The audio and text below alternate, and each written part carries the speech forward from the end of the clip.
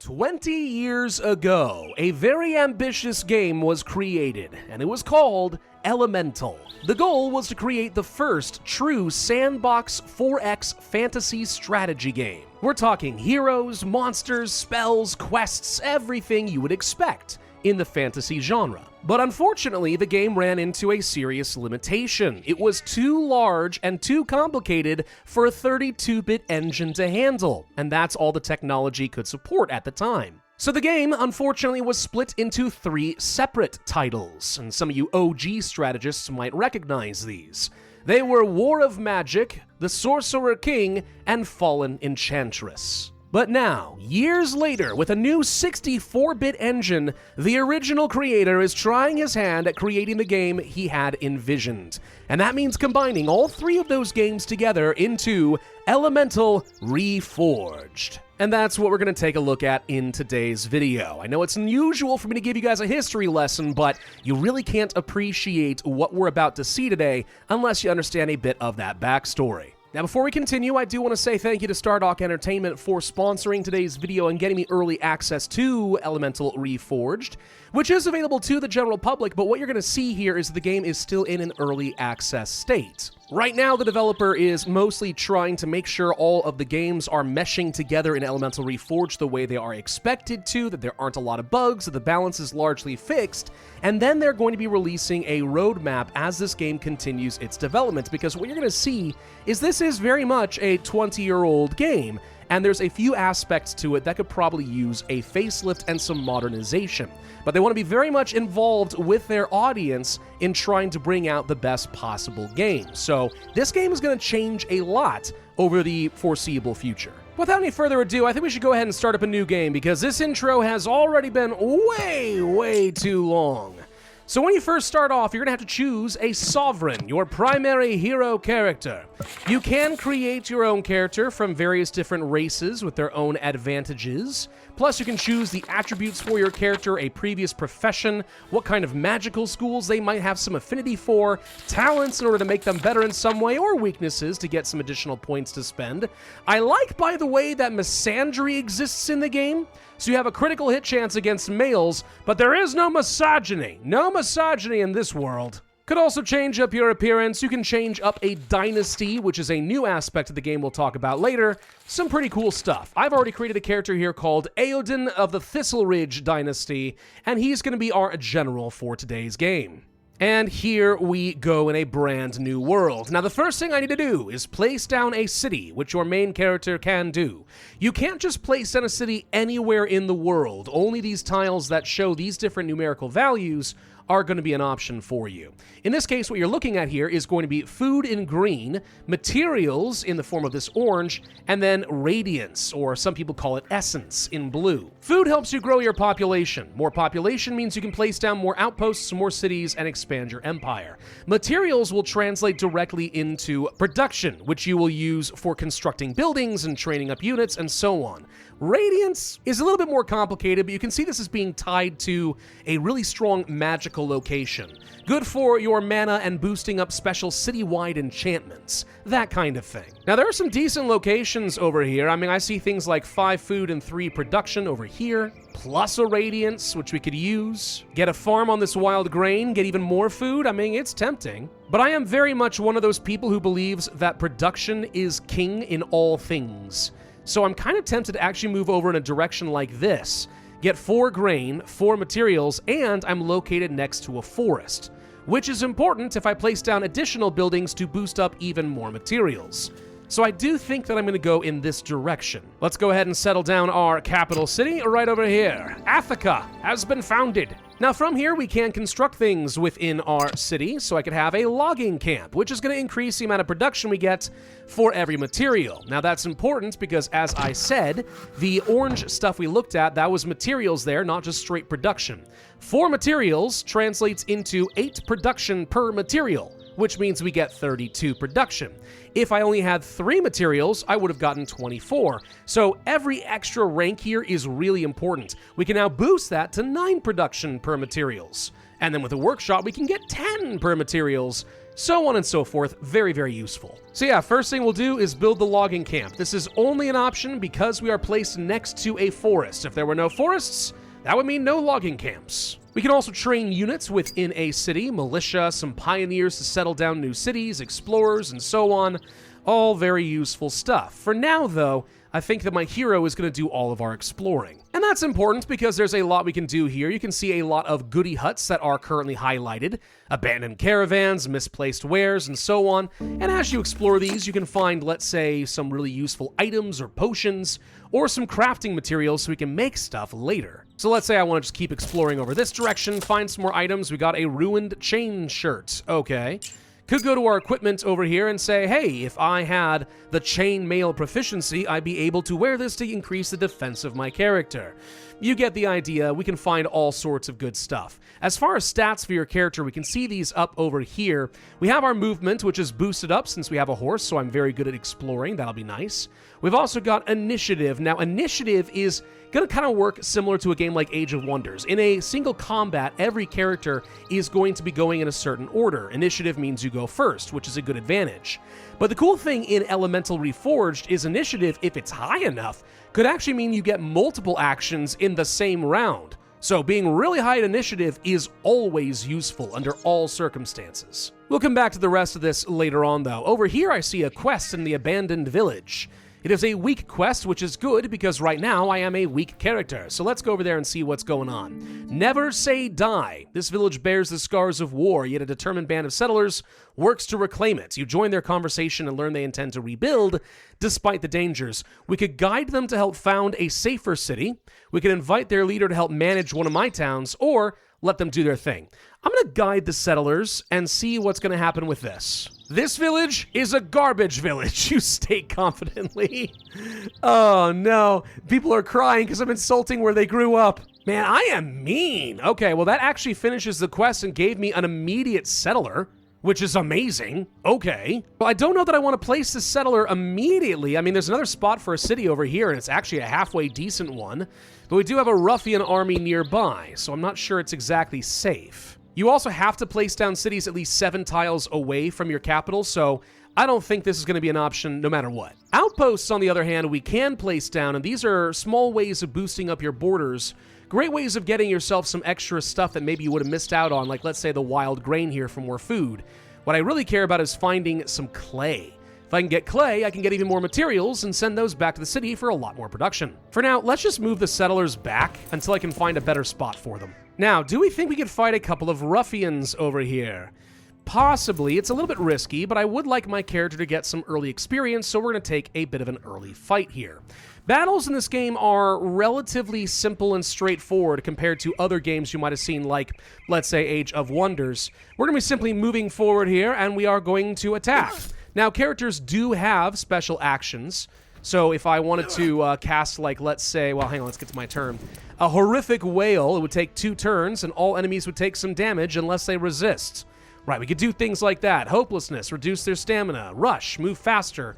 All useful. For now, all I care about is just swing and kill. And since I had a really high initiative, I actually get to go again immediately so we can finish this character off, hopefully. Very good. He takes a swing at me, I dodge, swing, bada bada, swing, and we kill all of them without taking a single hit.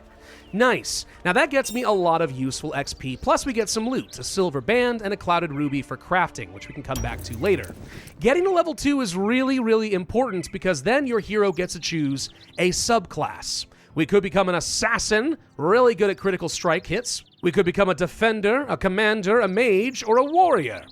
I'm going to become a mage because I think that it's going to be very powerful for us. You always want to have at least one mage in your empire. And in the meantime, we can explore the ruffian camp, find some fame, that's cool, and a crude spear, which is not as good as my rusty sword, though it does have some special effects here. Ignore defense, immune to counterattack, and so on. Meh, not going to worry about that.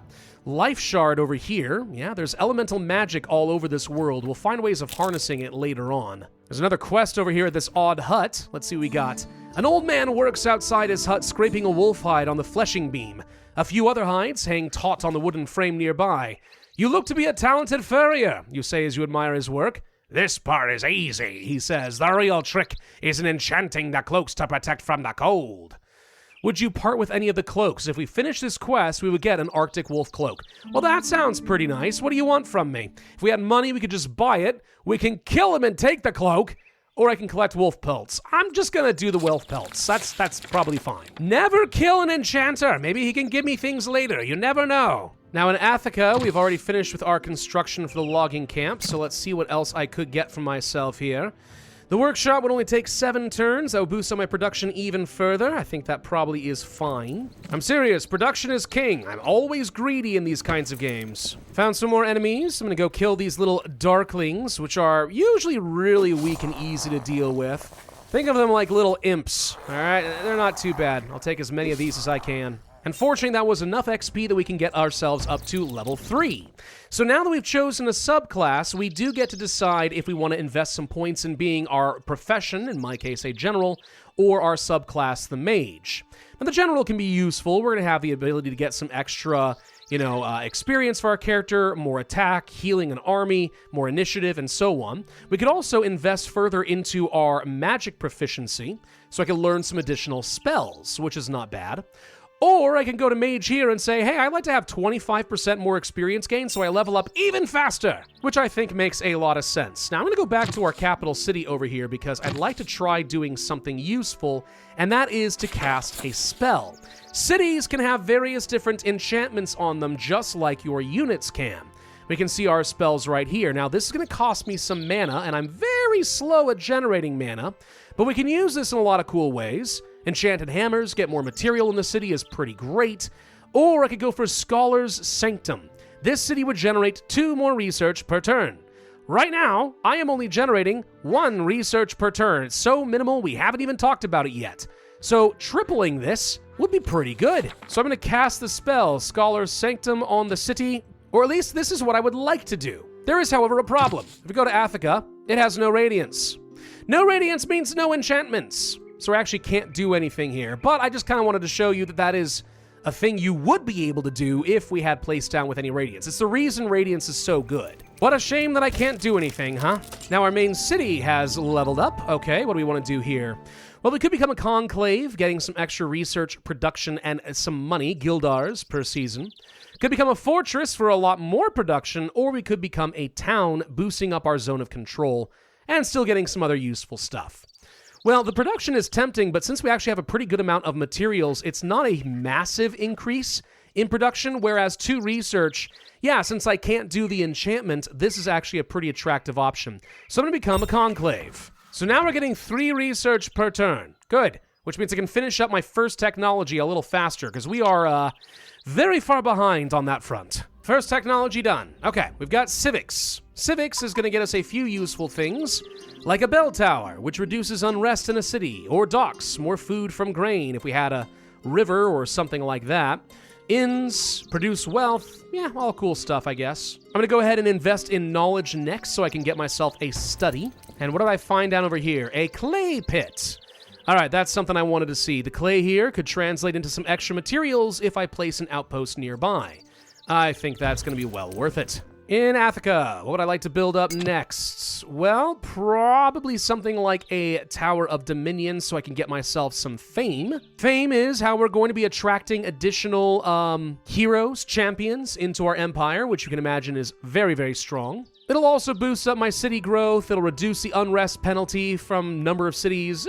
Useful stuff. We could also start planning on training more units. I'd like to go ahead and queue up another pioneer because at some point we'll want to start growing our borders. Knowledge is done. Restoration would lead to the garden, so we get a lot more food for growth. Alternatively, we start thinking about warfare, maybe start harvesting some shards, stuff like that. That could be useful.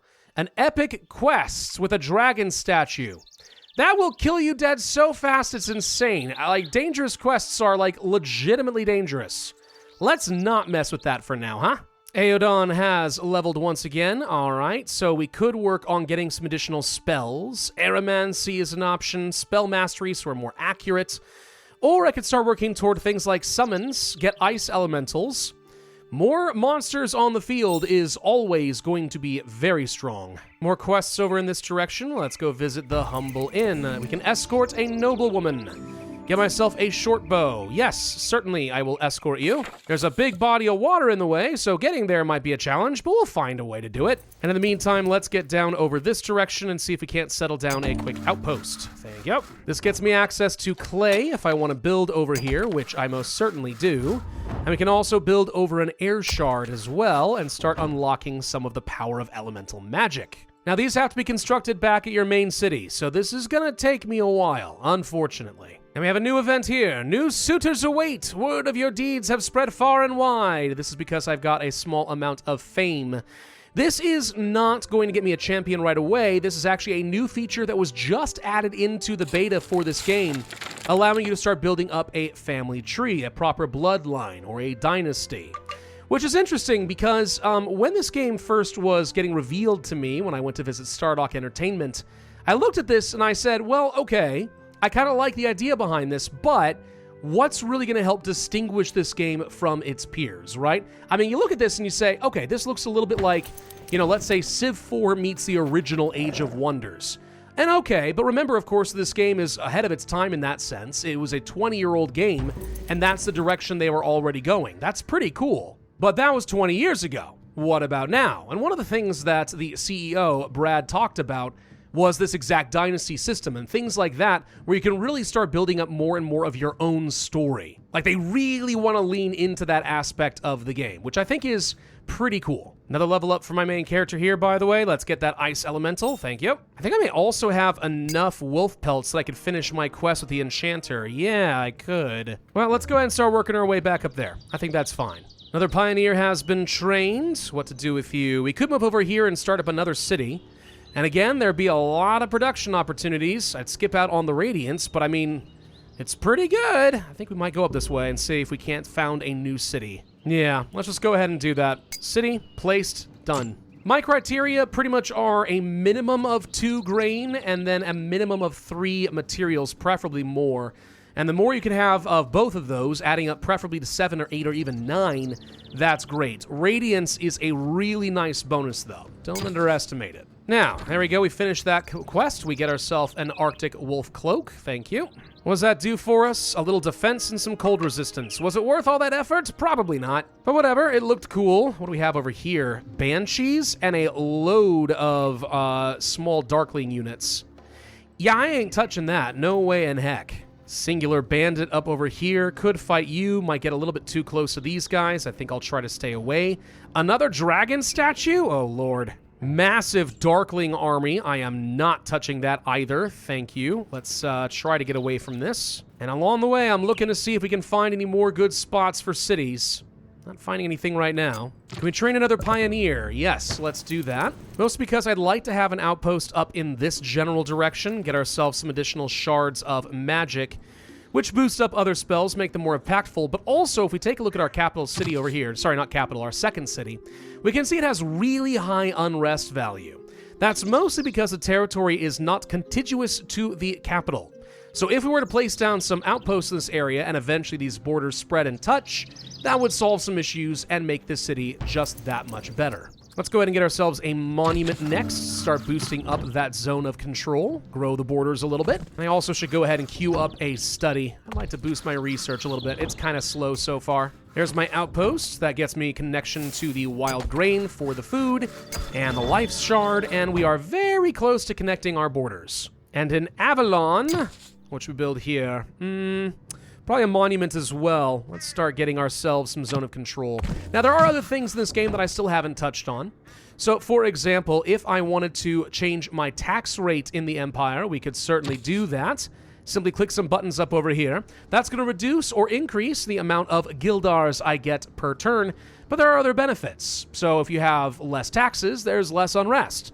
Less unrest means more production value and so on. I've also just grabbed myself the trading technology, which is enough to build a road between our cities. So now units will be able to transfer around a lot faster, which is great. I do like this map mode right here, by the way.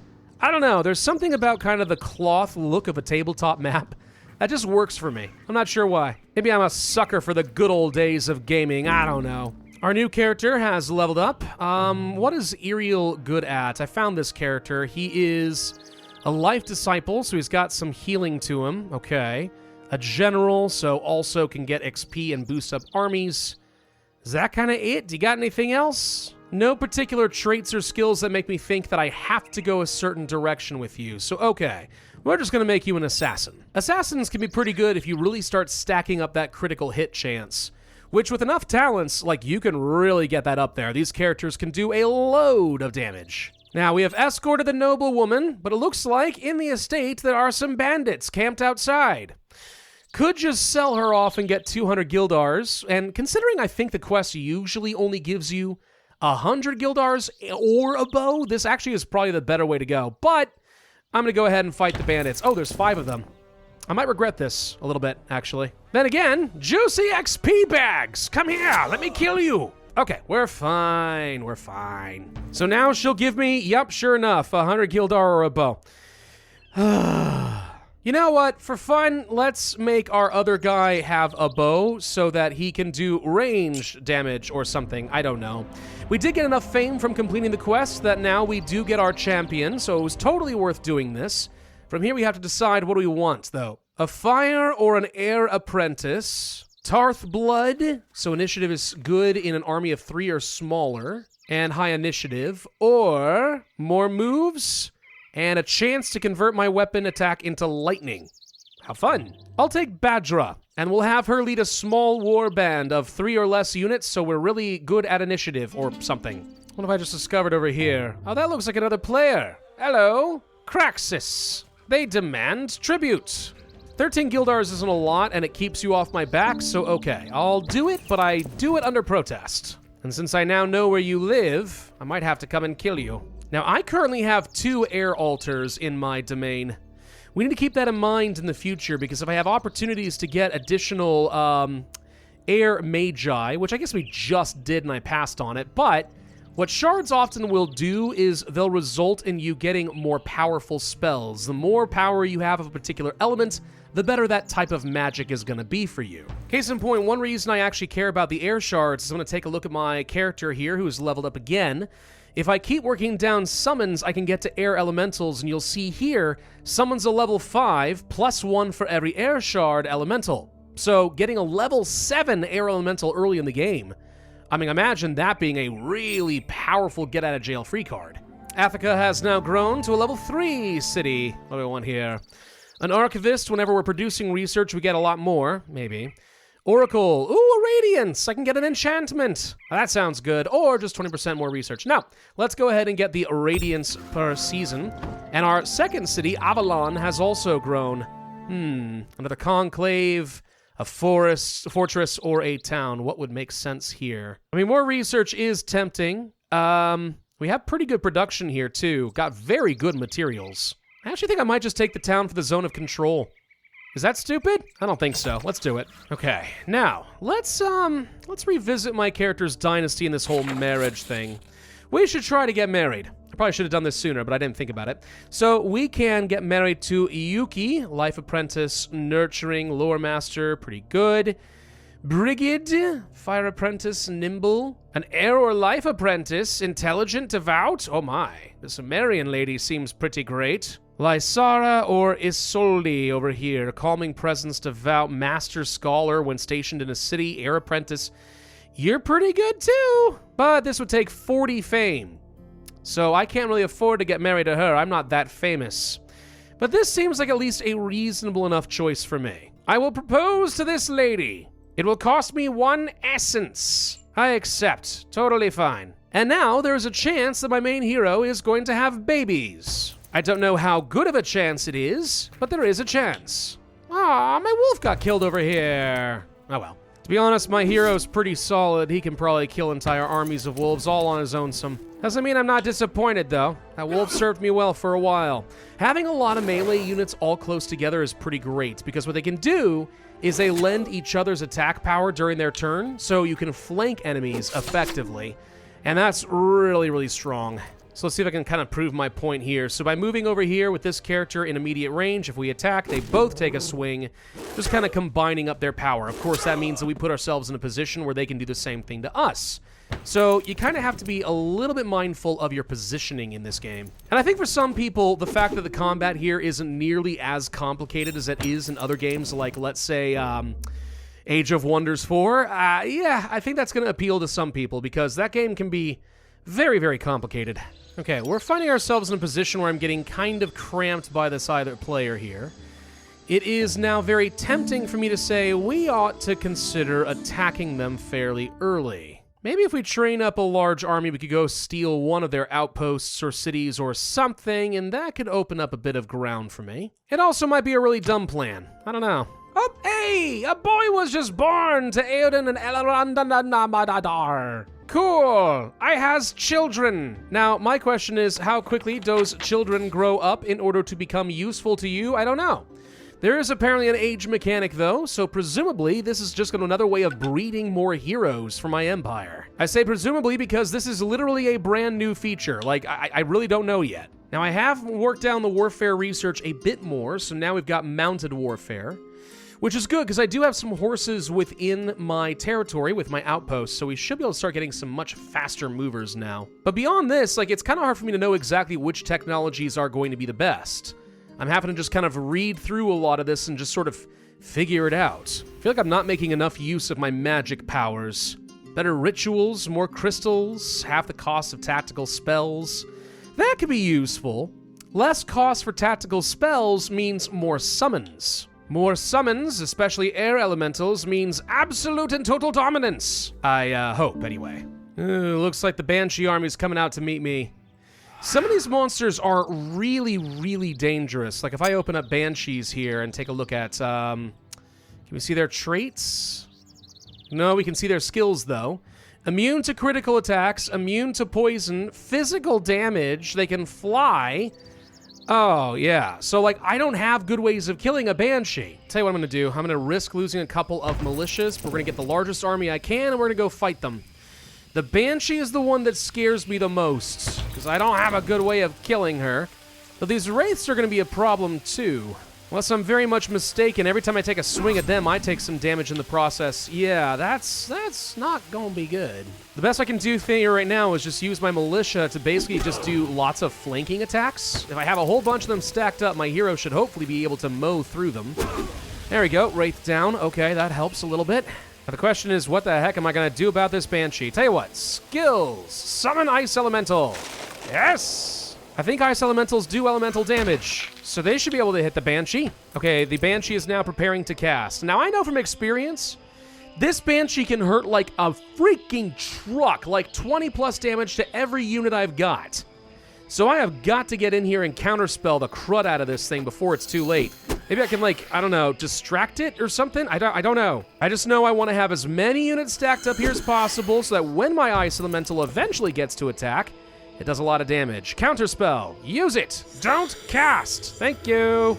All right, that might have just saved my life. Ice Elemental, what can you do? Decent amount of damage. It's some. It's like amazing, but it's some. I'm pretty sure there's nothing I literally else can do to just kill this thing faster. Maybe use one of my scrolls or something. Maybe I got some spells I'm not thinking of. I mean, she's got incredibly bad initiative. So, like, she is not attacking anytime soon. Maybe I'm overthinking this. I will try casting a horrific whale. Yes. And maybe you have something else. Burning hands? Yeah. Light that Banshee on fire! Okay, it's worth something. Yep, and she's dead. Okay, thank you, Horrific Whale. That could have gotten a lot worse. We got so many level ups out of that arrangement, too. Woo! Okay, fighting big scary monsters is worth a lot. Eoden, learn how to summon the air elementals! Can't believe I didn't lose anything out of that arrangement. I really don't feel like I deserved that, but that's awesome. Now, at this point, we are about 100 turns or so into the game. I still only have 2 cities because I haven't bothered expanding much further than that. But my territory seems to be largely under control. I've got some strategic resources, I've got some shards, decent mana.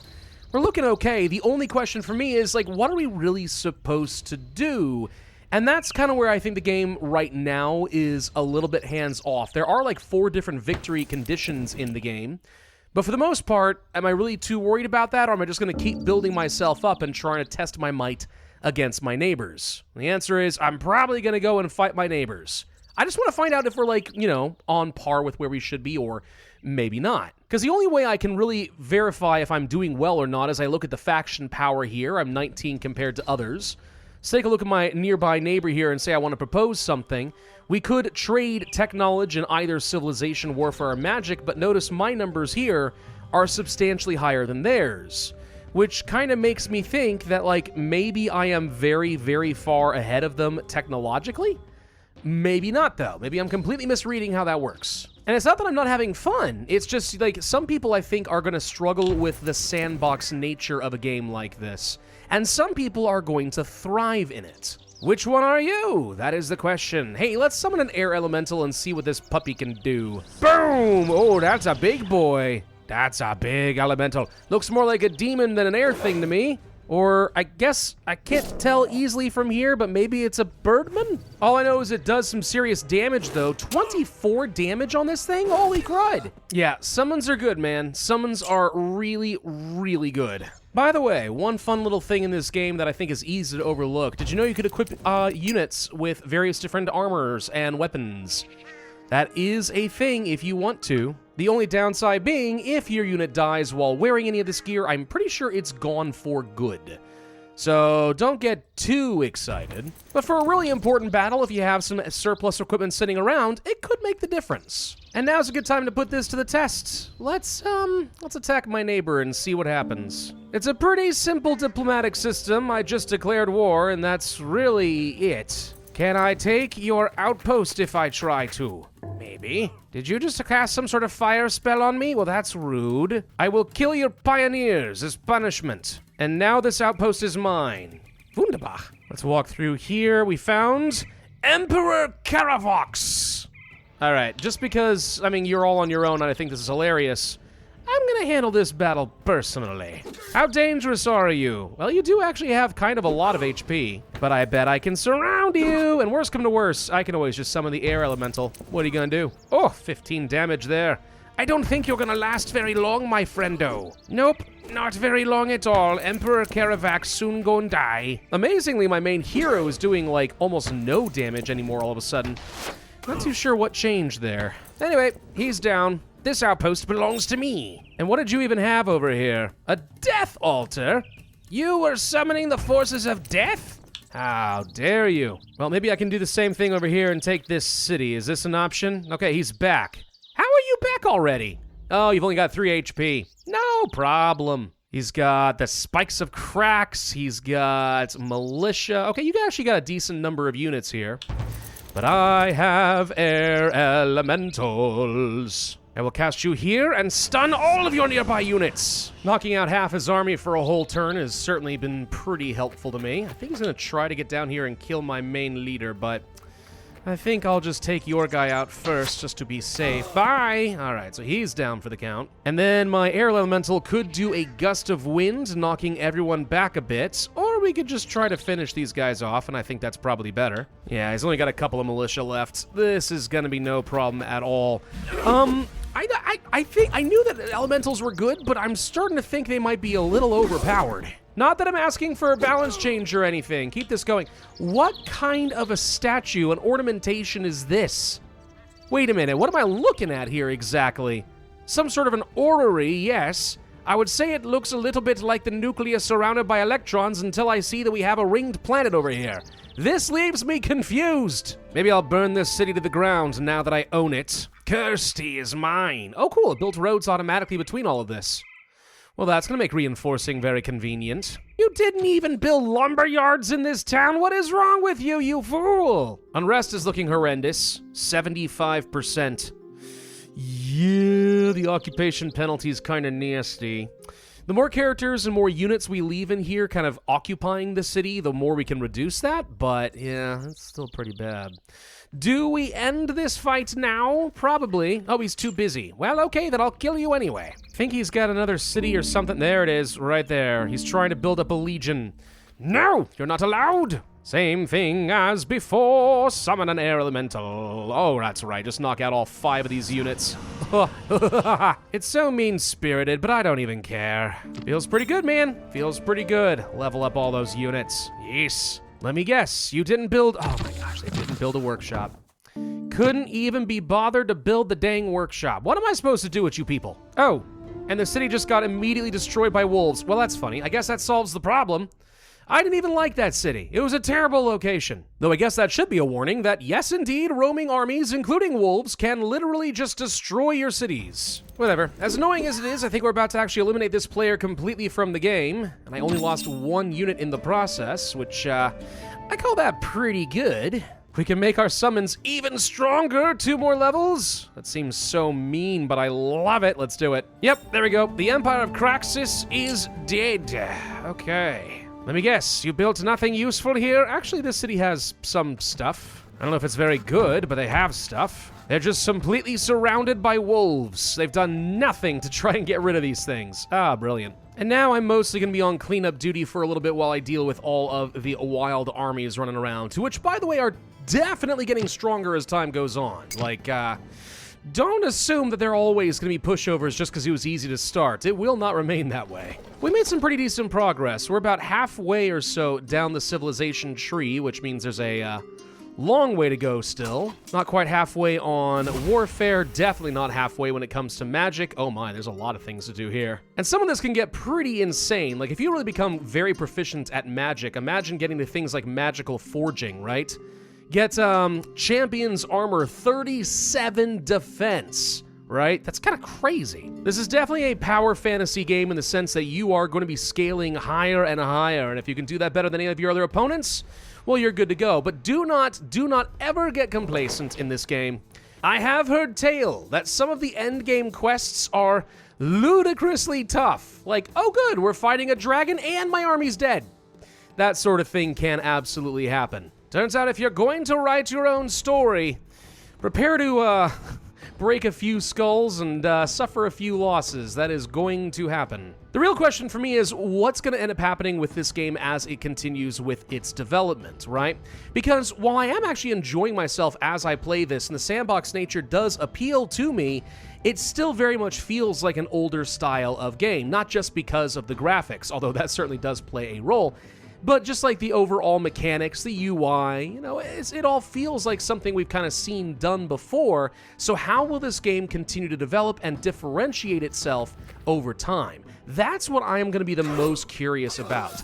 If the developers can find a way to help this game discover its own identity, right? Not just rely upon what it was going to be 20 years ago, but what it can be now, well then, that will be the point where this game really will start to shine. And we already know that that's something the developers are working on. I mean, I've had some very candid talks with them about this. I know they're about to announce a roadmap that's going to talk about how this game will continue to develop, but that's where they need the community to really jump in and help give their opinions as far as what's going to make this game really the best it can be. Do we want to see big graphical updates, or do we want to keep kind of the old-fashioned nostalgic style? Do we want to continue making dynasties a big part of the game? Do we want to lean heavily on things like crafting? Are there enough quests to really keep this game engaging to feel like every single game is going to be unique? These are the things that really have to be thought through. I mean, it's going to be a delicate balance. There's no doubt about it. I think this game has a lot of work cut out for it, but I know it also is the bones of a solid game, one that has already stood the test of time. So I am, shall we say, cautiously optimistic. And besides, there is definitely market demand for a good 4X strategy game right about now. Come on, Stardock. Stick the landing. The gamers are craving a good 4X game. We'll see what ends up happening. If you guys want to check out the game for yourself, there will be a link in the description down below, or you could, of course, just follow the game and see how it continues to develop. Once again, I do want to say a big thank you to Stardock for sponsoring today's video and also getting me this early access and an opportunity to talk to the devs, really get an understanding of what they're envisioning for this game. I really do think that this could become something special. I really hope they follow through, and I hope the audience gives them a chance. If you enjoyed this video, then of course I would ask you to hit that like button, leave a comment, subscribe, hit the notify bell, and I will see you guys next time.